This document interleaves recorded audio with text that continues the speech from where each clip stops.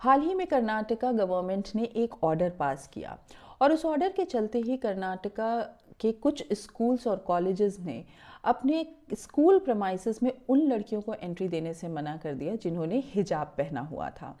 अब दोनों ही पक्ष और विपक्ष ने इस पे धर्म को लेकर के अलग अलग टिप्पणी करना शुरू कर दिया।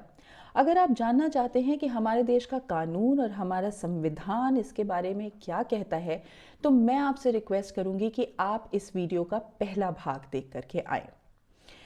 आज के इस वीडियो में हम सिर्फ बात इस बारे में करेंगे कि भारत का संविधान धर्म को किस दृष्टिकोण से देखता है और भारत की पृष्ठभूमि पे धर्म या सेक्युलरिज्म का क्या मतलब है। तो देखिए, अगर आप सेक्युलरिज्म को समझना चाहते हैं तो आपको थोड़ा सा पीछे जाना पड़ेगा। ये कॉन्सेप्ट आया यूरोप से और ये बात तब की है जब चर्च और स्टेट एक ही हुआ करते थे। इस वक्त में चर्च की डोमिनेंस स्टेट पे बहुत ज़्यादा हुआ करती थी और चर्च स्टेट के काफ़ी ज़्यादा मैटर्स में इंटरफेयर किया करता था। फ्रेंच रेवोल्यूशन हुआ और लोगों को ये समझ में आने लगा कि अब ज़रूरत है कि चर्च और स्टेट को अलग अलग कर दिया जाए और यहाँ से शुरुआत होती है एक कॉन्सेप्ट की जो कि है सेक्युलरिज्म। देखिए, सेक्युलरिज्म कहता है कि रिलीजन को स्टेट उसकी सामाजिक, आर्थिक और जीवन की सांस्कृतिक पहलुओं से अलग कर देना चाहिए। इसका मतलब ये है कि धर्म एक व्यक्ति का व्यक्तिगत मामला है।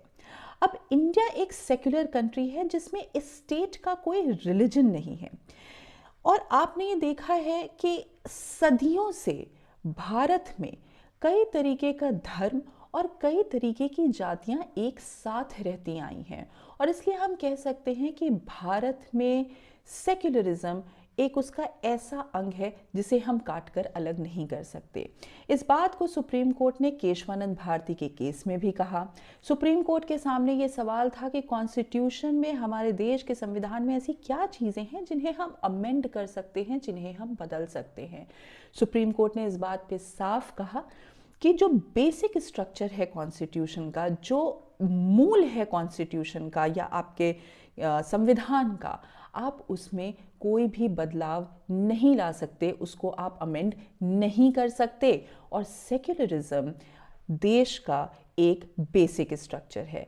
तो इसका मतलब ये है कि सरकार सभी धर्मों को एक ही कानून के अंदर रखेगी और सभी धर्मों को एक ही तरीके से ट्रीट करेगी और धर्म के आधार पे किसी भी तरीके का भेदभाव भारत में संभव नहीं है।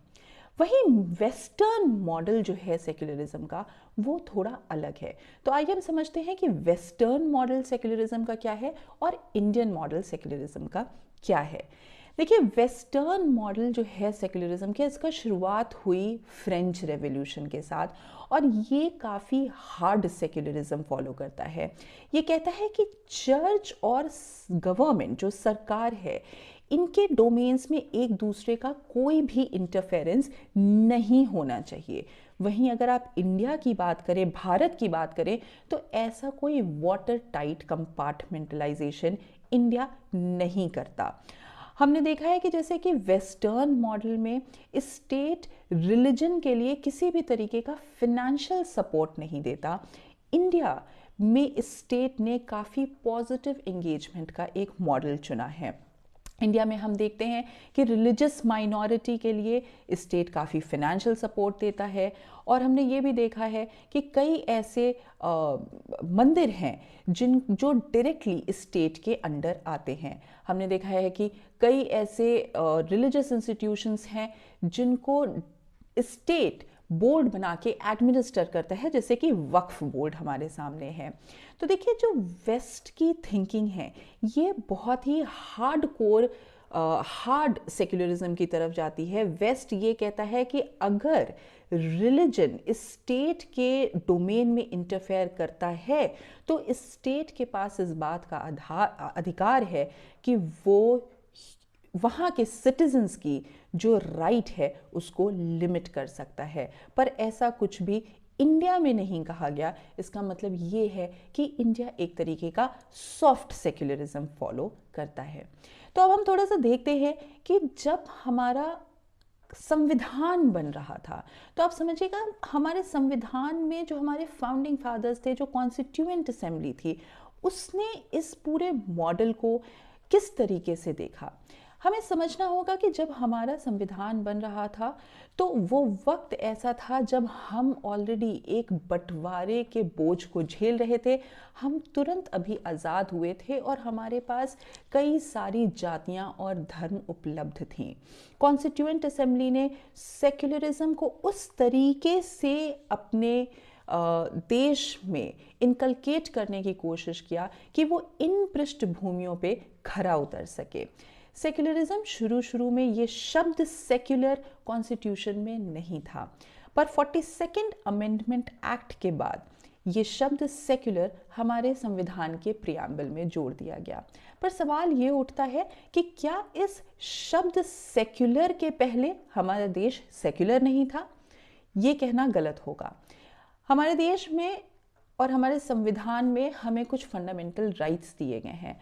हम उन फंडामेंटल राइट्स को जब उठा के देखते हैं तो हम देखते हैं कि हम इम्प्लिसिटली सेक्युलर शुरू से ही थे।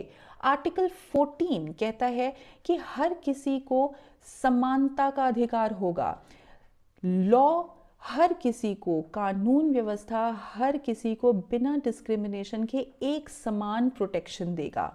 आर्टिकल 15 इसको और आगे बढ़ाता है और कहता है धर्म और जाति के नाम पे किसी भी तरीके का डिस्क्रिमिनेशन स्टेट प्रोहिबिट करेगा, उसे रोकेगा। आर्टिकल 16 इसी बात को अपॉर्चुनिटी के लिए लेकर के आता है और कहता है कि सभी को एक समान अपॉर्चुनिटी मिलेगी और इसमें धर्म और जाति को लेकर के किसी भी तरीके का भेदभाव नहीं होगा। वहीं आर्टिकल 25 हमें फ्रीडम ऑफ कॉन्शियंस देता है और freedom to profess, practice and propagate our religion. हम अपने धर्म को प्रोफेस कर सकते हैं, प्रैक्टिस कर सकते हैं और प्रोपगेट कर सकते हैं, ये कहता है।